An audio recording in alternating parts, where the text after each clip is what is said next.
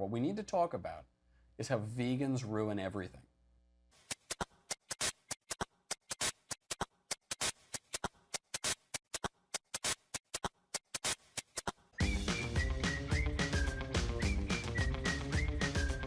They ruin everything. There was a video, there were some nice British people just trying to enjoy a steak meal, maybe some delicious veal. I'm a poet and didn't even know I was rhyming those words. Some, nice little delicious baby veal. And a bunch of vegans stormed in and hilariously tried to ruin their dinner. Here they are.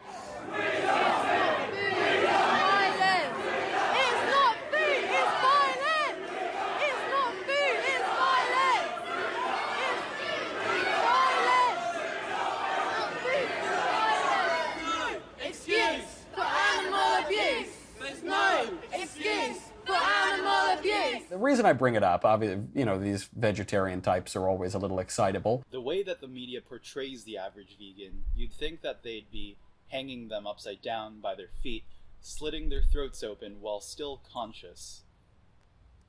But the reason I bring it up is to show the moral idiocy and the moral mistakes that can come when you hone in on one very minor aspect of the human life and you make an idol out of that, and you make that your god. You turn into a moral idiot. You make a lot of errors. A lot of vegans, maybe all the vegans, seem to care more about animals than people.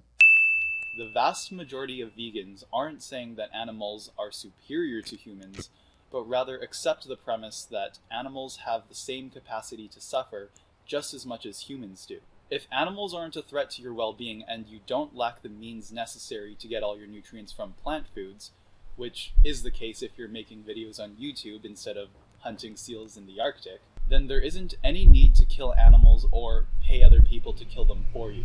We talked about this last week. How many vegans do you know who are pro-life? Probably not many.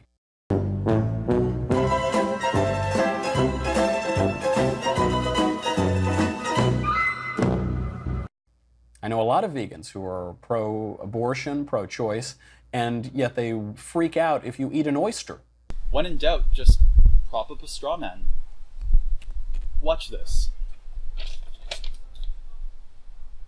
I know a lot of pro-lifers who pay for sentient animals to be killed at 1/10 of their natural lifespans, and yet they freak out if a 2-week pregnant woman takes birth control.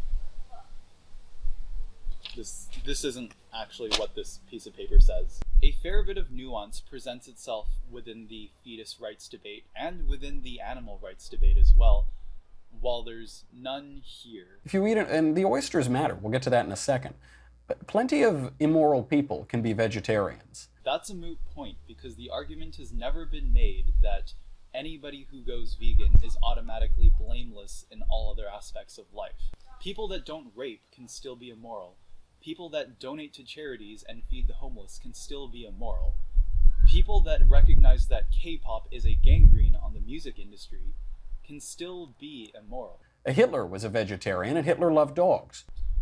There's no better way to show your love for your dog than poisoning it to death. I hope that we get for the vegan movement what we have gotten from LGBT and feminism and transgenderism. That is an essential conflict that starts to hit them. Because in feminism, you have the deconstruction of gender, the breaking down of the gender categories. Ultimately, this leads to the denial that gender exists at all. This leads to transgenderism and ultimately the undercutting of feminism. I wonder if we'll see the same thing with veganism. So unfortunately, we didn't learn too much from that video, except that, as it turns out, employees at the Daily Wire are capable of breaking the site's golden rule as well. But maybe this is an opportunity to slightly change the slogan to fit the occasion, that is, making response videos to meat eaters complaining about vegans on YouTube. And I've put a sizable amount of effort into the making of this, so you'd better appreciate my robust works of imagination. Facts don't care about your taste buds.